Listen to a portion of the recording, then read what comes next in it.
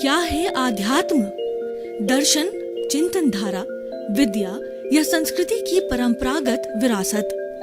आध्यात्म दर्शन यानी जीवन का शाश्वत सत्य।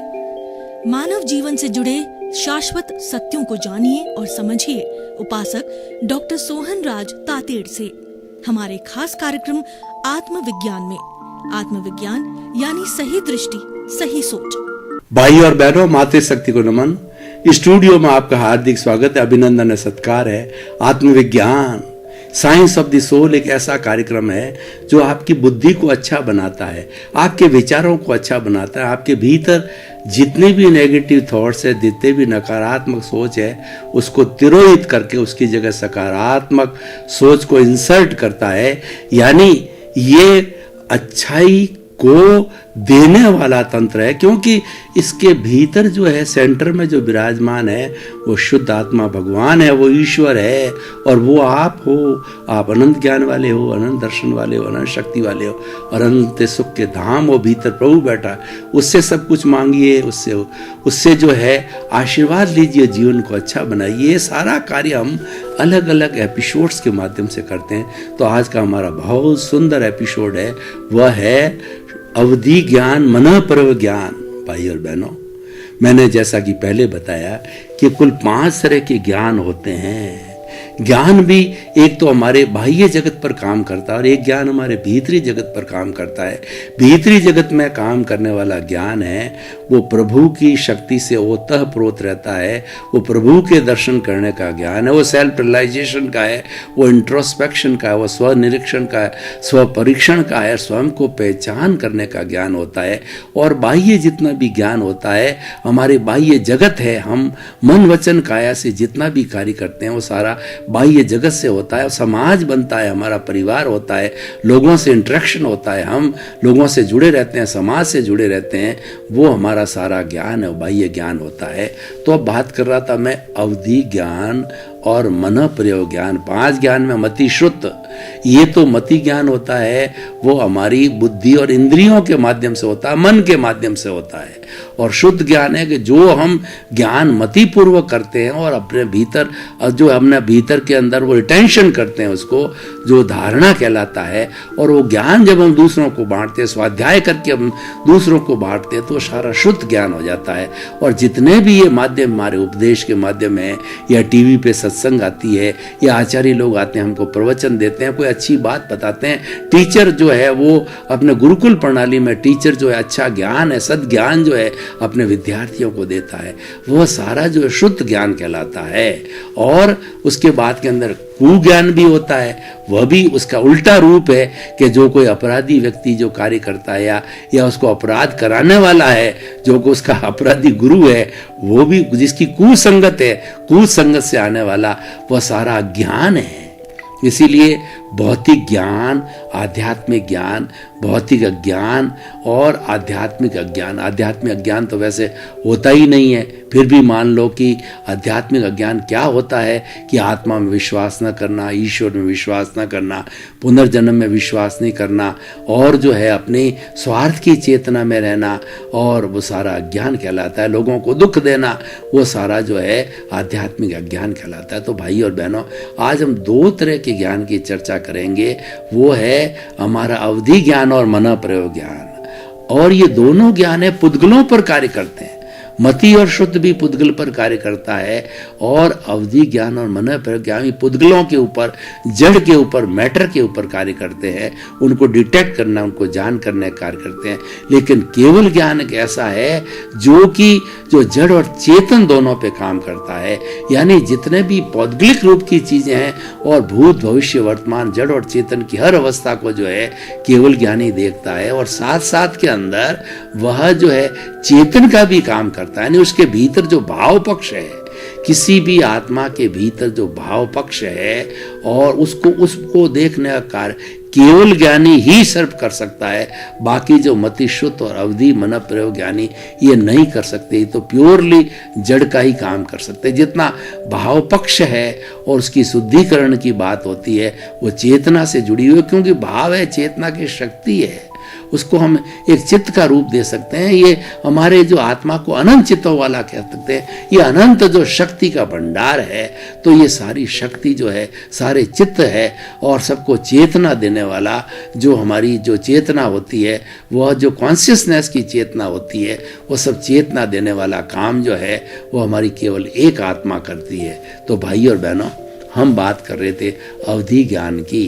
ये अवधि और मनोप्रयोग ज्ञान है, ये प्रत्यक्ष ज्ञान है, और मति ज्ञान शुद्ध ज्ञान है, ये दोनों परोक्ष ज्ञान है। और केवल ज्ञान तो प्योरली जो है प्रत्यक्ष है ही है, क्योंकि वो केवली कोई होता है, दूसरे को होता ही नहीं है। और तो इसीलिए जो मति शुद्ध ज्ञान तो नॉर्मल व्यक्ति हर एक करता है। मति शुद्ध ज्ञान तो वो जानवरों को भी होता है, पशु पक्षियों भी होता है, लेकिन वो लिमिटेड, उनकी भाषा कौन जाने, उनकी भाषा सीखनी पड़ती है।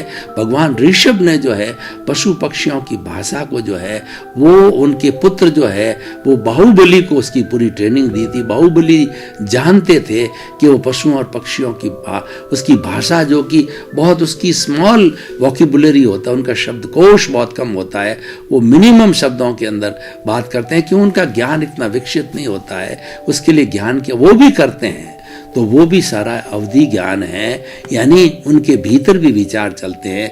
तो भीतर जो है अवधि ज्ञानी होता है, वह क्या करता है कि वो बाहर के जितने भी द्रव्य की अवस्था है वो जान लेता है कि अमेरिका में क्या चल रहा है। वो सिर्फ जड़ पक्ष को ही देख सकते हैं इंद्रिय, और वहाँ पर चलने वाले मनुष्यों के जो रिलेटिव फॉर्म जो शरीर है उसको देख सकते हैं, टापुओं को देख सकते हैं, और वो जितना भी सृष्टि है उसका पर्टिकुलर जितनी रेंज तक जो अवधि ज्ञान होता है, उस रेंज की सब चीज़ों को साक्षात देखते हैं। जैसे कि मैं आपको देख रहा हूँ आप मेरे को देख रहे, खुली आंखों से जितने हम दूर तक देख सकते हैं वो उसी तरीके से उन खुली आंखों का उपयोग करते हैं, उनकी रेंज बहुत बढ़ जाती है। हमारी रेंज तो मात्र समझिए किलोमीटर, 2 किलोमीटर या किलोमीटर का आधा अंश तक देख सकते हैं, वो आधा किलोमीटर तक हम चीज़ को देख सकते हैं, हम खुले आकाश को देख सकते हैं। वो तो जो है वो उतने योजन सैकड़ों सैकड़ों किलोमीटर दूर तक की बातें जो अवधि ज्ञानी देख लेता है। अवधि ज्ञानी पुद्गलों को देखता है, परमाणु को देखता है, वो भावों को और चेतना को जो है वो नहीं देख सकता, वो केवल ज्ञानी ही देखता है। तो हम बात की, हमने अवधि ज्ञान की बात की।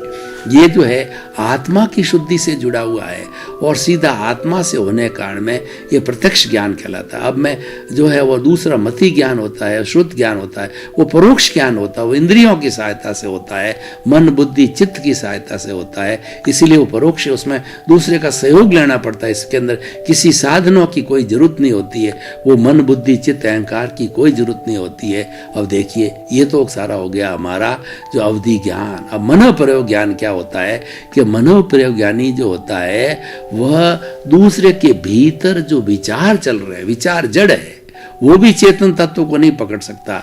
जो भाव विचारों में बदल जाए, भावों को वो भी नहीं पकड़ सकता। जो विचार जो है ना वो पौद्गलिक है, विचार जड़ है, और जो उसको जो है पकड़ता है वो मनोप्रयोग ज्ञानी क्या है कि उसके भीतर क्या विचार चल रहे हैं, फला व्यक्ति फला पशु पक्षी जो है भीतर क्या चिंतन कर रहा है, क्या विचार चल रहा है, उसके भीतर क्या क्या चीज चल रही है, वो मनोप्रयोग ज्ञानी अपने आप देख लेते हैं। मैं आपको बताना चाहता हूँ जो तीर्थंकर जो भगवान होते हैं, 24 तीर्थंकर हुए हैं अवसर्पिणी काल के अंदर, और हमारा महाविद्या क्षेत्र है उसमें कम से कम जो है 9 और अधिक से अधिक 170 तीर्थंकर भगवान हर वक्त विराजते रहते हैं, उनकी देखना चलती है। हर एक का अलग अलग किंगडम होता है, तीर्थंकर दूसरे से कभी भी मिलते नहीं, अपने अपने किंगडम में रहते हैं, उसके दूसरे किंगडम के अंदर दूसरे दायरे में वो नहीं जाता है। तो वहाँ पर जो है हर वक्त चौथा आरा चलता है। हमारे यहाँ जो अवसर्पिणी काल का जो तीसरे का एंड से चौथे के एंड के बीच में भगवान बाद विराजमान होते हैं, लोगों को मुक्ति मिलती है, मोक्ष का मार्ग खुला रहता है, लेकिन उसके बाद के अंदर चौथे के एंड में वो बंद हो जाता है, 5वें में पूरा बंद रहता है, 6ठे में पूरा बंद रहता है। 6ठा इक्वल टू पहला, और दूसरा इक्वल टू 5वां, दोनों में बंद रहते हैं, और तीसरा इक्वल टू जो है वो चौथा होता है, तो तीसरे में पुनः वापस चालू होता है। तो ये मैं जो कह रहा था कि मनोप्रयोग ज्ञान है, वो भीतर जो व्यक्ति की जो चिंतन है उसको मनोप्रयोग ज्ञान लेते हैं। जो तीर्थंकर भगवान होते हैं वो अपनी माँ की पेट में, जो तीर्थंकर गोत्र का बंधन पूर्व जन्म के अंदर हो जाता है और पूर्व जन्म तक जो है वो केवल दर्शन को भी प्राप्त कर लेते हैं। इसीलिए तीर्थंकर का जो वर्तमान जीवन होता है उसमें कोई पुरुषार्थ की आवश्यकता नहीं होती है, क्योंकि वो तो डिसाइडेड होता है, उनको केवल दर्शन जो है पूर्व भाव में ही प्राप्त हो जाता है, केवल ज्ञान प्राप्त होना होता है। तो इसीलिए इसके अंदर जन्म लेते ही मति शुद्ध और अवधि तीन माता के गर्भ में ही जब बच्चा एम्ब्रियो के रूप में आता है तभी उसमें मति शुद्ध और अवधि ज्ञान हो जाता है। तो और वो जानने लग जाते हैं। उदाहरण के तौर पे मैं आपको बताना चाहता हूँ कि भगवान जो है वो महावीर है, अपनी माँ त्रिशला के गर्भ में थे, तो उन्होंने देखा कि मैं हिलता डुलता हूँ तो माँ को कितना कष्ट होता होगा, क्योंकि माँ की गर्भ में हूँ, माँ तकलीफ पाती होगी। तो उन्होंने हिलना, जब वो गर्भ जो है हिल डुल रहा था तो शहनाइयाँ बज रही थी और पूरी नगरी के अंदर सुख की अनुभूति हो रही थी। और जिन्होंने ये अवधि ज्ञान लगाया, उन्होंने हिलना डुलना बंद कर दिया, तो सेनाइयों को रोक दिया गया और बड़ा दुख का वातावरण हुआ कि पता नहीं गर्भ को क्या हुआ, भगवान जाने, गर्भ का क्षय हो गया, कुछ हो गया। तो भगवान ने पुनः अवधि ज्ञान लगाया। पुनः भगवान ने जो है इस चिंतन को देखा, क्योंकि वो तीन ज्ञान के धनी थे, तो अवधि ज्ञान को लगाने से मालूम हुआ कि मेरे हिलने डुलने की वजह से स्थिति पैदा हुई। पुनः हिलना डुलना चालू किया और साथ साथ में एक प्रतिज्ञा की कि जब तक वो विनयशील थे, कि जब तक कि वो माता पिता के ऋण को उतारना चाहते थे कि माता पिता तब जिंदे रहेंगे, तब तक मैं दीक्षा ग्रहण नहीं करूँगा। और 28 वर्ष की अवस्था में माता पिता दोनों जो है वो मुक्ति को चले गए, वो मोक्ष को चले गए। तब उन्होंने जो है भाई नंदीवर्धन ने कहा कि जो है ये हमारा दुख अभी समाप्त नहीं हुआ, तो हमारे साथ कुछ समय रहो। तो 2 वर्ष तक भाई नंदी विनयशील होने के कारण भाई नंदीवर्धन के जो इच्छा के ऊपर 2 वर्ष में वो और जो है वो संसार में घर में रहे। और 30 वर्ष की अवस्था में जब उन्होंने जो ही दीक्षा ग्रहण की, तो ये सारा उदाहरण देने का मेरा तात्पर्य यह था कि तीर्थंकर होते हैं, माँ के गर्भ में 3 ज्ञान लेके आते हैं, और जिस समय के अंदर तिन्नाणम त्यारण जगत कल्याण के लिए जब उनका समय आता है, तो जो है वो लोकांतिक देव उनसे प्रार्थना, देव भगवान के जब भगवान जन्म लेते हैं तो भगवान जब गर्भ धारण करते हैं, भगवान के 5 कल्याणक होते हैं।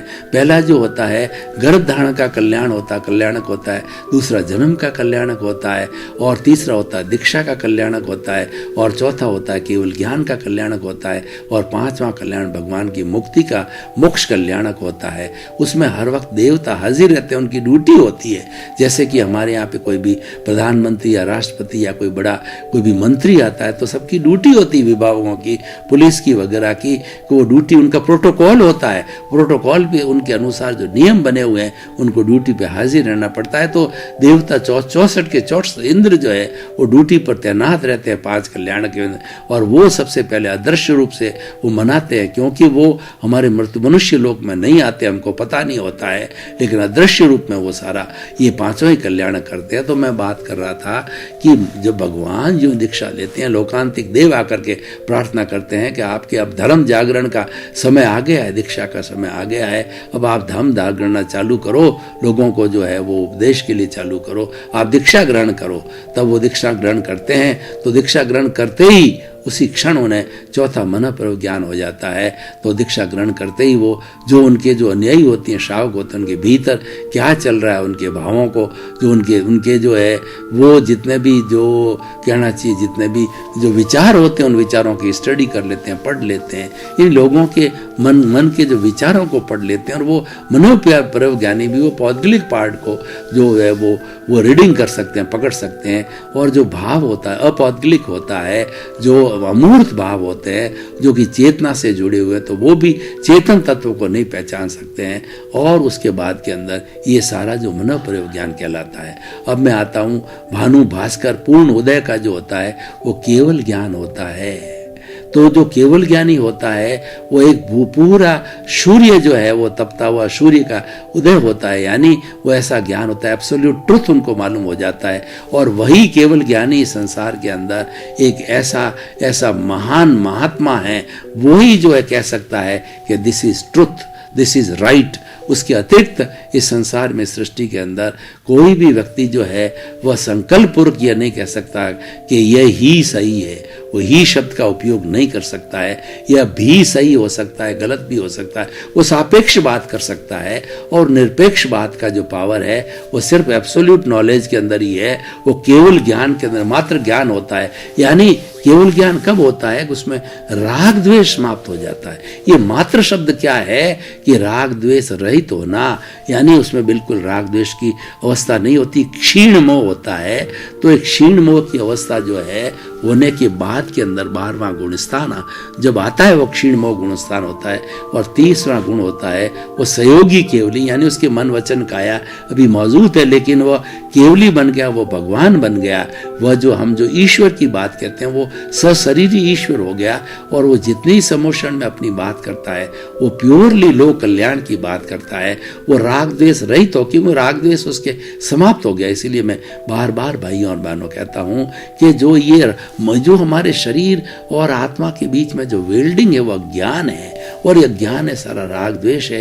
ये 12वें गुण स्थान में समाप्त होता है, क्षीण मोह हो जाता है, मतलब सारा मोह का संसार समाप्त हो जाता है। और समाप्त होकर के उसको जो है अपना स्व का भान हो जाता है। वो स्वभाव में रमण करते करते स्वानुभूति होता है, सेल्फ रियलाइजेशन होने लग जाता है केवल ज्ञानी को।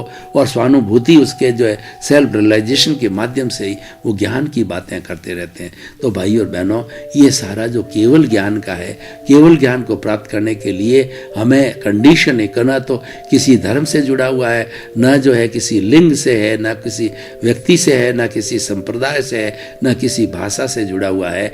ये तो केवल ज्ञानी कोई भी हो सकता है। एक कंडीशन केवल ज्ञान होने के लिए सब पर लागू होती है कि अपने राग द्वेष को संपूर्ण खपाना पड़ेगा।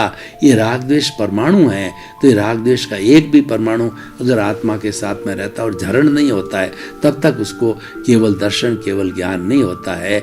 और केवल दर्शन तब होता है जब आत्मा का जो है वो सारे कर्म झड़ जाते हैं।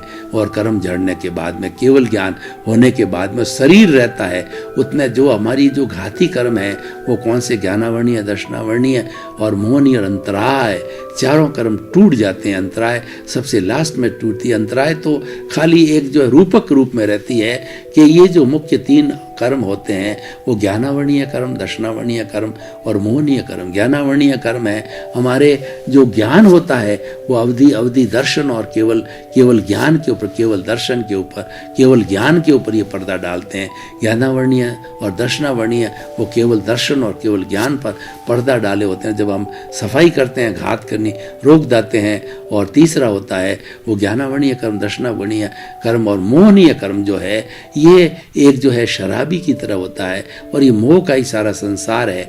जब मोह का समूल नाश कर देते हैं एक एक परमाणु का, तब मोहनीय कर्म जो है समाप्त हो जाता है। 3 कर्म ये समाप्त होते ही चौथा जो है वो उसके अंदर जो अंतराय, यानी ये तीनों चीज़ों की जो अंतराय थी वो अंतराय टूट जाती है, तीनों पर्दे हट जाते हैं, तो वो अव्याबाद हो जाता है। यानी वो अंतराय की टूटने बस केवल ज्ञानी हो जाता है। तो ये सारा केवल ज्ञान का स्पष्टीकरण। तो भाई और बहनों, इस एपिसोड को मैं जो है वो उपसंहार के रूप में, ये उसको मैं जो है वो निष्कर्ष के रूप के अंदर वह जो है वो कसौटी पर कसना चाहता हूँ। तो अवधि ज्ञान और केवल ज्ञान उच्च अवस्था है, और ये जो है वह बिना किसी साधना के होता है। ये प्रत्यक्ष ज्ञान होता है, ये बहुत मुश्किल ज्ञान है। मति शुद्ध जो पिछले एपिसोड में बताया था, ये हर व्यक्ति करता है, कोशिश करे वो कर सकता है। लेकिन उसके बाद के अंदर जो कोशिश करने वाले पुरुषार्थी हैं, साधक लोग हैं, ज्ञानी हैं, वो आत्मज्ञानी हैं, वो आगे बढ़ते हैं। तो मृत्यु शुद्ध के से आगे बढ़ करके और बिना किसी इन दोनों की सहायता लेवे केवल आत्मा रमण करते हुए स्वभाव में रहते वह जो है अवधि ज्ञानी। और जो इसके अंदर पुरुषार्थ यही है, स्वभाव में रमण करो। इसके अंदर कोई भी क्रिया की आवश्यकता नहीं होती है, मात्र समझ की आवश्यकता होती है। इसलिए समझ को दर्शन कहा जाता है। एक दृष्टि मिलनी चाहिए, उसके अनुरूप हमारी सृष्टि होती है। और जो दृष्टि होती है स्वभाव में रमण करने की होती है, वह दृष्टि कैसे ठीक करती है? वो केवल दर्शन करवाती है, वह केवल ज्ञान कराती है, और वह एक सृष्टि बन जाती है। इसीलिए कहा गया है कि जैसी दृष्टि वैसी सृष्टि। तो सृष्टि है, दृष्टि है, वह समझ है। वो समझ को खुला करना है, उस चीज को सही तरीके से समझना है कि आत्मरमण करना, हमारे स्वभाव में रहना। स्वभाव कहीं गया नहीं है, वो तो आत्मा की निजी प्रॉपर्टी है, एम्बेडेड प्रॉपर्टी है, वो आत्मा के इनहेरेंट है। आत्मा के अंदर जो भीतर जो शुद्ध भगवान बैठा विराजमान है, मूल स्वरूप में जो आत्मा है, उसकी एम्बेडेड प्रॉपर्टी आनंद है, उसकी एम्बेडेड प्रॉपर्टी जो है ज्ञान है, और उसकी एम्बेडेड प्रॉपर्टी संवर है, और उसके साथ साथ के अंदर ये टूल्स हैं, संवर और संभाव है, ये दोनों टूल्स हैं। और उसकी जो शक्ति है, वो जो भाव शक्ति, वो प्रज्ञा है, ये सारा काम कराती है। और प्रज्ञा है ज्ञान को मेंटेन रखती है, ज्ञान को हाजिर रखती है, और ज्ञान के माध्यम से 5 आज्ञा का पालन करके और संवर और निर्जरा के बाद ये फाइलों का संभावपूर्वक निपटारा करते करते, और व्यवस्थित शक्ति, ये केवल ज्ञान कराने वाली जो शक्ति है वो व्यवस्थित शक्ति है। इस व्यवस्थित शक्ति को समझना बहुत जरूरी है। व्यवस्थित को हम जो है वो साइंटिफिक सर्कमस्टांशियल एविडेंसेस कहते हैं, कुदरत कहते हैं, और कुदरत की पूरी रचना है। ये कुदरत है वो 6 द्रव्यों से बनी होती है, एनिमेट, इनएनिमेट यानी जड़ और चेतन, और तीसरा तत्व होता है मोशन यानी गति सहायक, और चौथा तत्व होता है स्थिति सहायक जिसको रेस्ट कहा जाता है, पांचवा तत्व टाइम होता है, वो समय कहलाता है, और छठा तत्व होता है वो स्पेस कहलाता है, वो हमारा जो है वो सारा हमारा आकाश कहलाता है। और तो ये 6 तत्वों से बनी हुई जो है ये सृष्टि है, कुदरती रचना कहलाती है। ये कुदरती रचना से जो है वो जड़ और चेतन है, वो अपना अपना काम करते हैं और अपने अपने कर्मों को काटते हैं, और वो मति ज्ञानी, शुद्ध ज्ञानी, अवधि ज्ञानी और केवल ज्ञानी बनते हैं, क्योंकि इनको काटने के लिए जो है हमारी आत्मा के शुद्ध अवस्था है उसका जो है सहारा लेना पड़ता है। यह बिना किसी प्रयत्न के होता है, बिना किसी पुरुषार्थ के होता है, और ये जो है वो प्रत्यक्ष है। वो तो आत्मा की शुद्धि होते ही कर्मों के क्षय के साथ में तुरंत अपने आप प्रकट हो जाएगा।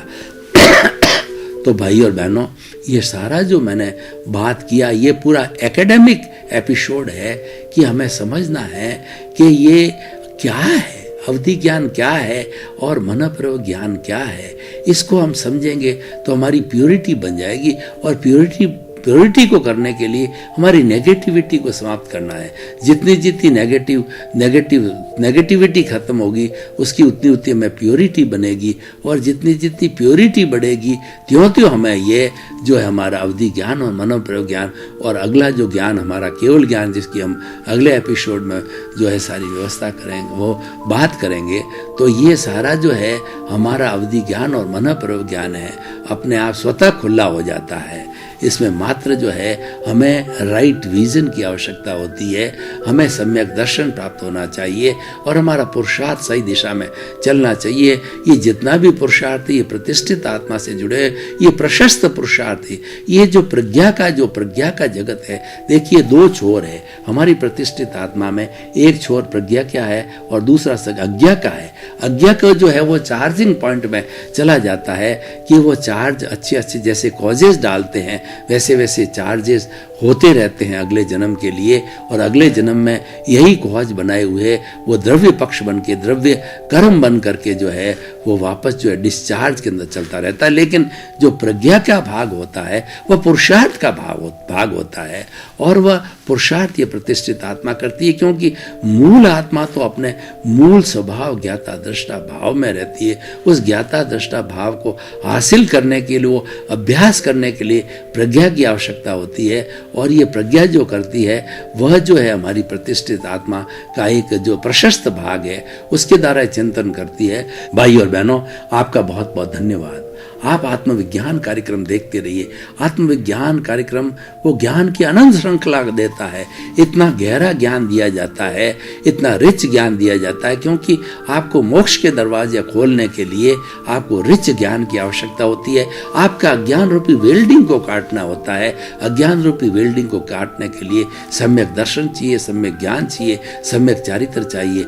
वो सारा जो है वो आपको जो है इस आत्मविज्ञान कार्यक्रम के तहत बताया जाता है, आपसे अनुभव कराया जाता है। तो आपके प्रति मंगल भावना, शुभकामना, आपका जो जीवन आनंदमय हो, मंगलमय हो, सुखमय हो, आपको परोपकार करके आप सिद्ध बुद्ध मुक्त बने, आपके प्रति मंगल भाव। आत्मविज्ञान में आत्मविज्ञान यानी सही दृष्टि सही सोच।